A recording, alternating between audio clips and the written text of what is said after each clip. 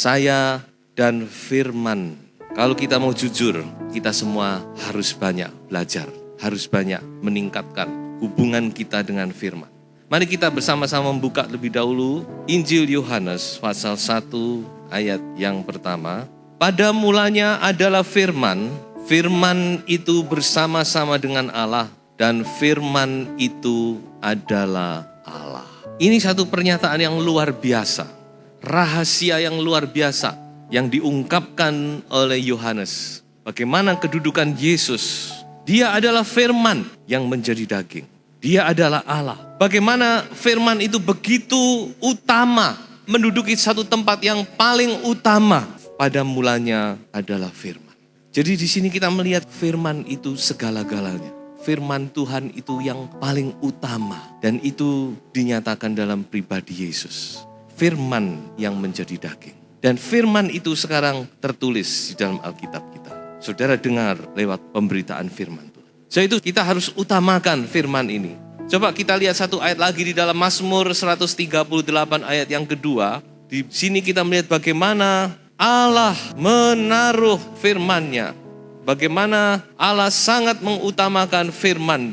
Aku hendak sujud ke arah bait-Mu yang kudus dan memuji nama-Mu oleh karena kasih-Mu dan oleh karena setia-Mu, sebab Kau buat nama-Mu dan janji-Mu melebihi segala sesuatu. You have exalted, Engkau sudah meninggikan perkataan-Mu lebih dari segala perkara. Allah semesta alam, Dia meninggikan perkataan, meninggikan firman-Nya, mengutamakan firman itu. So itu mari kita juga mengutamakan firman ini. Kita mau sepakat dengan Tuhan. Kita mengutamakan yang utama ini. Saya yakin dan percaya kalau kita mengutamakan firman, maka segala kebutuhan, segala berkat dicurahkan di dalam nama Yesus. Apa yang saudara butuhkan? Firman itu mengadakan, firman menciptakan. Nah sebab itu mari kita mau melihat bagaimana hubungan kita dengan firman Tuhan ini. Kita mau tingkatkan dalam segala sisi. Saya melihat ada 7 macam hubungan kita dengan firman. Yang pertama adalah mendengar firman. Ini yang paling awal. Banyak orang ketemu dengan Yesus karena mendengar firman. Diselamatkan karena mendengar firman. Ini adalah yang paling gampang ini, yang paling umum. Mendengar firman. Dari pendengaran timbul iman. Iman timbul dari pendengaran. Kita mendengar firman dan kita timbul iman percaya yang dikerjakan oleh Roh Kudus. Firman bekerja sama dengan Roh Kudus, maka iman timbul dan mujizat terjadi. So itu betapa pentingnya mendengar firman itu. Tapi kita juga harus memperhatikan bagaimana kita mendengar. Karena mendengar dan mendengar itu tidak sama. Coba kita baca satu ayat di dalam Lukas 8 ayat 18. Karena itu perhatikanlah cara kamu mendengar. Karena siapa yang mempunyai, kepadanya akan diberi. Tetapi siapa yang tidak mempunyai, daripadanya akan diambil juga apa yang ia anggap ada padanya. Ini yang kita tidak mengerti. Mestinya orang tidak punya tambah diberi. Yang punya dikurangi. Tapi firman Tuhan berkata lain. Yang punya justru tambah ditambah. Yang tidak punya, apa yang dia punya diambil. Jadi ini benar-benar satu hal yang perlu kita perhatikan. Bagaimana kita mendengar firman. Tuhan Yesus berkata tentang cara, how. Bagaimana kamu mendengar firman. Kita banyak mendengar firman. Tapi berapa banyak yang sudah masuk, yang kita ingat. Itu masih satu pertanyaan. Tuhan mau kita mendengar firman itu. Cara kita mendengar itu sangat penting. Coba kita lihat satu ayat di dalam Mazmur. Bagaimana Raja Daud mendengar firman. Mazmur 62 ayat yang ke-12 dan ayat yang ke-13. Satu kali Allah berfirman, 2 hal yang aku dengar. Bahwa kuasa dari Allah asalnya, 13. Dan daripadamu juga kasih setia ya Tuhan. Coba saudara, saya tidak habis mengerti. Satu kali Allah berfirman, 2 hal yang aku dengar. Ini sesuatu yang khusus. Allah berfirman 1 kali, tapi 2 hal yang didengar oleh Daud. Nah ini sudah sangat penting. Bagaimana cara kita mendengar firman. Kita tentu ingin doa kita didengar oleh Tuhan. Amin. Kita ingin doa kita didengar. Tuhan, dengar doaku. Tapi sekarang saya mau tanya, apakah kita mendengar waktu Tuhan berbicara? Tuhan dengar doaku. Waktu Tuhan berbicara, kita tidak dengar. Khotbahnya ini, saya sudah tahu. Nanti larinya kemana, saya sudah tahu. Banyak kali kita meremehkan. Kita tidak tangkap hatinya Tuhan. Saya yakin di dalam setiap firman itu, Tuhan punya hati di situ. Ada sesuatu Tuhan tanam di situ. Ini yang kita harus tangkap. Apa sih hatinya Tuhan? Sebab itu Tuhan Yesus berkata, perhatikan cara kamu mendengar. Karena siapa yang punya akan diberi. Tapi siapa yang tidak punya, yang ada pun akan diambil. Itu mari kita, meskipun kita sudah merasa diberkati banyak lewat firman Tuhan, tapi kita mau tetap punya telinga yang mendengar kepada firman Tuhan. Amin. Yang kedua, hubungan kita yang kedua yaitu membaca firman. Ini semua common sense, ya, hal-hal yang umum saja. Membaca firman. Apakah tidak cukup kita mendengar firman? Tidak cukup.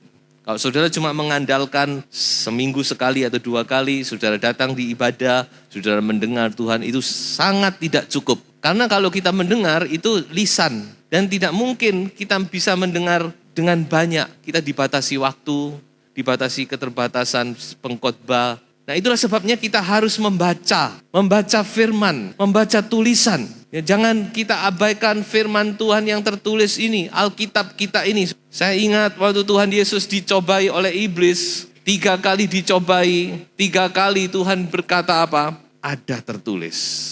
Jadi firman yang tertulis luar biasa ini. Walaupun mungkin ini berupa logos, ya bukan rema, tapi kalau saudara baca dia bisa menjadi rema. Membaca firman, coba kita tingkatkan. Karena firman Tuhan yang tertulis ini tidak sembarangan ditulis. Mari kita baca di dalam 2 Timotius pasal 3 ayat 16 dan ayat yang ke-17. Segala tulisan yang diilhamkan Allah memang bermanfaat untuk mengajar, untuk menyatakan kesalahan, untuk memperbaiki kelakuan, dan untuk mendidik orang dalam kebenaran.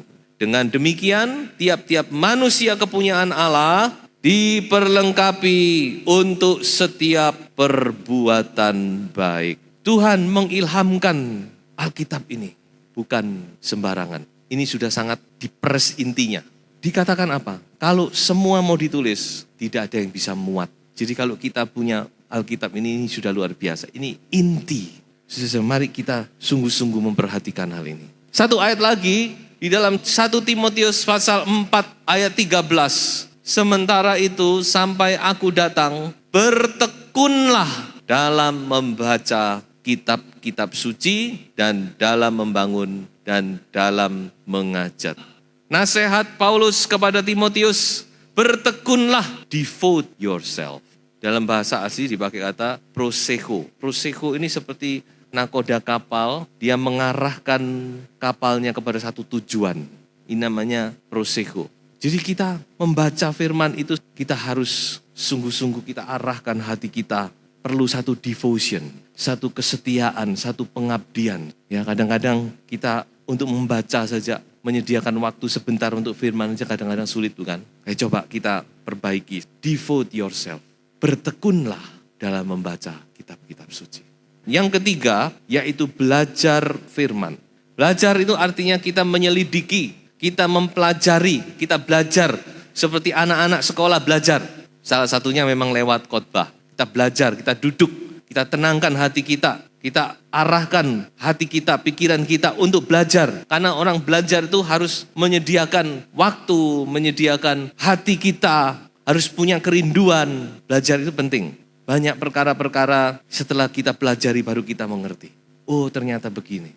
Belajar firman, saudara. Kita lihat bagaimana di dalam Alkitab orang-orang yang belajar firman. Coba kita lihat dulu di dalam 2 Timotius pasal 3 ayat yang ke-15. Tentang Timotius. Ingatlah juga bahwa dari kecil engkau sudah mengenal kitab suci yang dapat memberi hikmat kepadamu dan menuntun engkau kepada keselamatan oleh iman kepada Kristus Yesus. Siapa yang mengajar Timotius? Ibunya dan neneknya. Jadi peran orang tua itu penting, mengajar kepada anak-anak. So itu orang tua harus tahu firman. Kalau kita sebagai orang tua kita sendiri tidak mengerti firman Tuhan, bagaimana kita mau mengajar? Belajar. Timotius dari kecil dia sudah belajar. dan mengenal firman, mengenal kitab suci.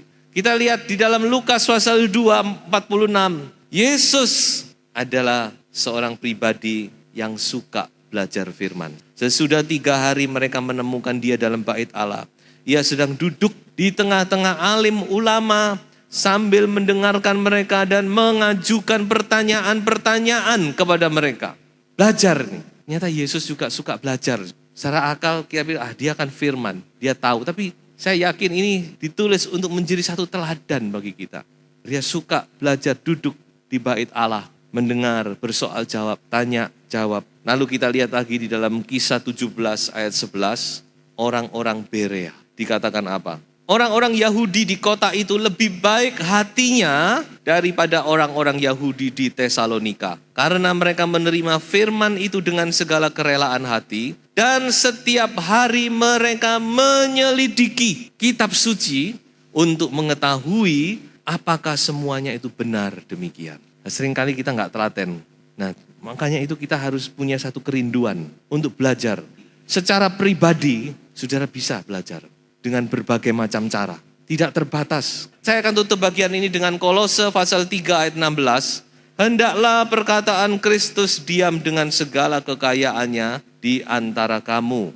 Sehingga kamu dengan segala hikmat mengajar, menegur, dan sebagainya. Tapi coba dalam bahasa Mandarin itu lain. Artinya kita harus memakai segala macam hikmat. Saudara diberi hikmat apa? Tujuannya apa? Untuk kita menyimpan segala perkataan Kristus dengan limpah di dalam hati kita.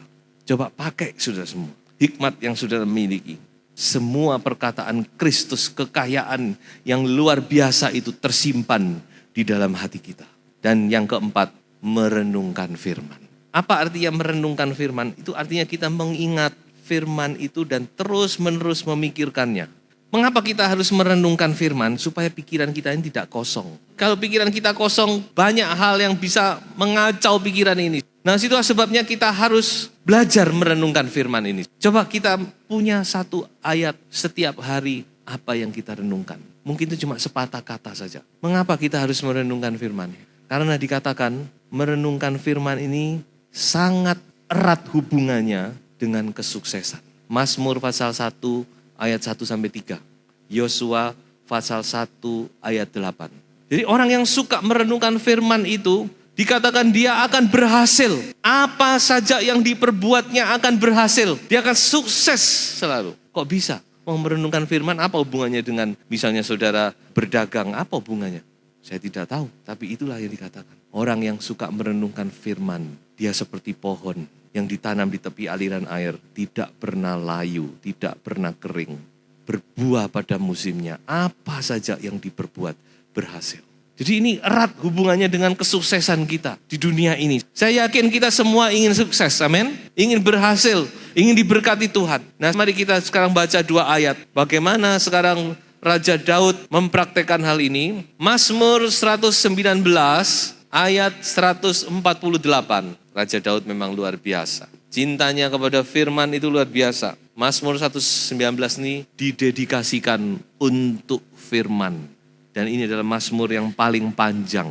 Bahkan pasal yang paling panjang di dalam Alkitab. Khusus bicara tentang firman Tuhan. Aku bangun mendahului waktu jaga malam. Untuk apa? Untuk merenungkan janjimu. Luar biasa bukan? Dia khusus bangun. Dia merenungkan janji Tuhan. Saya rindu ini kita alami. Begitu cintanya kepada firman. 119 ayat 97. Betapa aku cintai Tauratmu, aku merenungkannya sepanjang hari. Haleluya. Yang kelima, memperkatakan firman.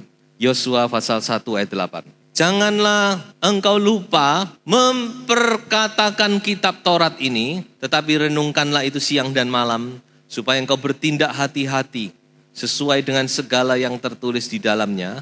Sebab dengan demikian perjalananmu akan berhasil dan engkau akan beruntung. Memperkatakan firman. Ini mungkin sesuatu yang agak jarang kita dengar, bahkan mungkin kita praktekkan. Memperkatakan, mengucapkan. Mengucapkan ini dengan satu pengakuan, mengakui kebenarannya. Bukan cuma mengucapkan, saudara membaca juga mengucapkan. Tapi bukan itu yang dimaksud. Memperkatakan ini kita mengakui, kita mendeklarasi, kita memproklamasikan kebenaran firman itu. Contoh yang gampang, firman Tuhan berkata tentang sakit penyakit, bahwa oleh bilur-bilur Tuhan Yesus Kristus, kamu telah disembuhkan. Itu 1 Petrus 2 bukan? Oleh bilur-bilur Yesus, kamu telah disembuhkan. Bukan akan loh ya, telah. Nah ini kan kebenaran. Kebenaran ini harus kita ucapkan. Saudara. Kalau saudara sakit, oleh bilur-bilur Yesus, aku sudah disembuhkan. Haleluya. Dideklarasikan, saudara. Diperkatakan.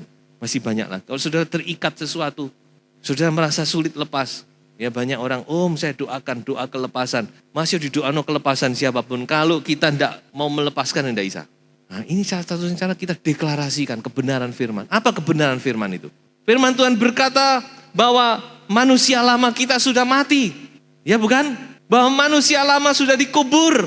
Manusia yang dikuasai dosa sudah dikubur. Itu kita deklarasikan.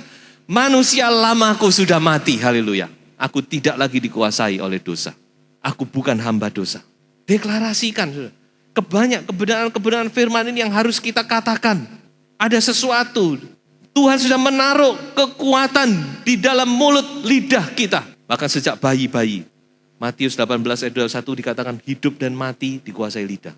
Siapa suka menggemakannya akan memakan buahnya. Kalau kita suka menggemakan kebenaran firman, kita akan makan itu buah itu. Buah-buahnya yang manis itu kita makan, saudara. Kita deklarasikan, memperkatakan firman. Bukan cuma waktu kita dalam keadaan biasa, juga terutama waktu berdoa. Waktu kita berdoa, kita deklarasikan, kita ucapkan itu janji-janji Tuhan.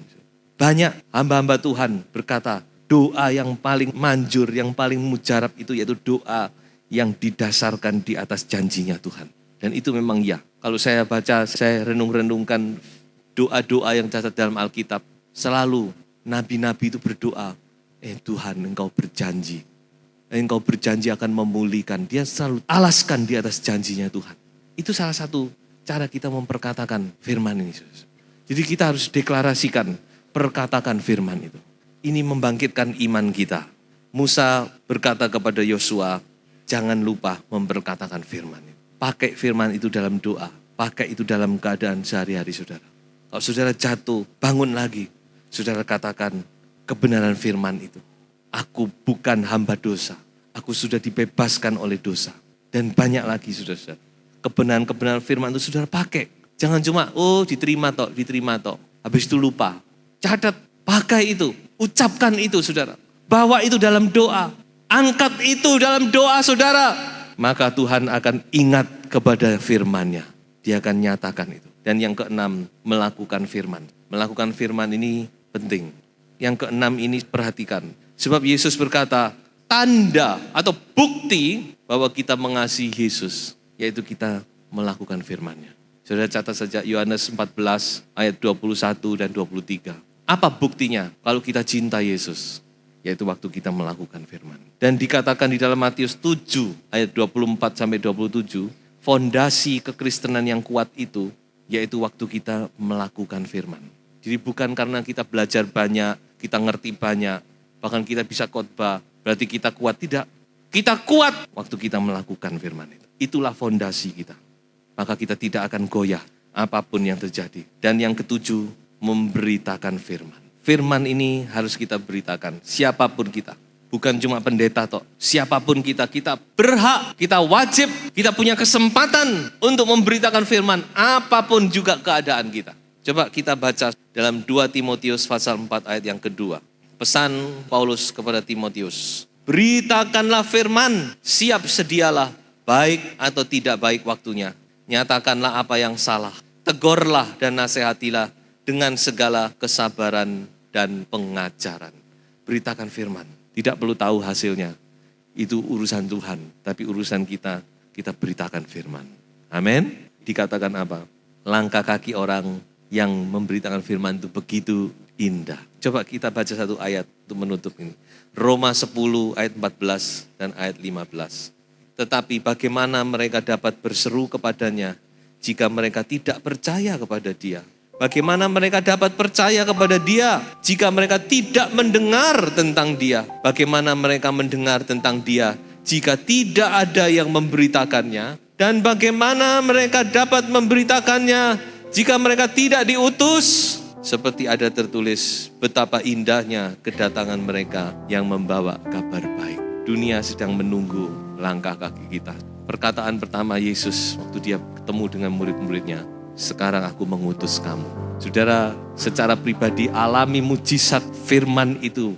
Dan saudara beritakan firman sampai Tuhan Yesus datang kedua kali.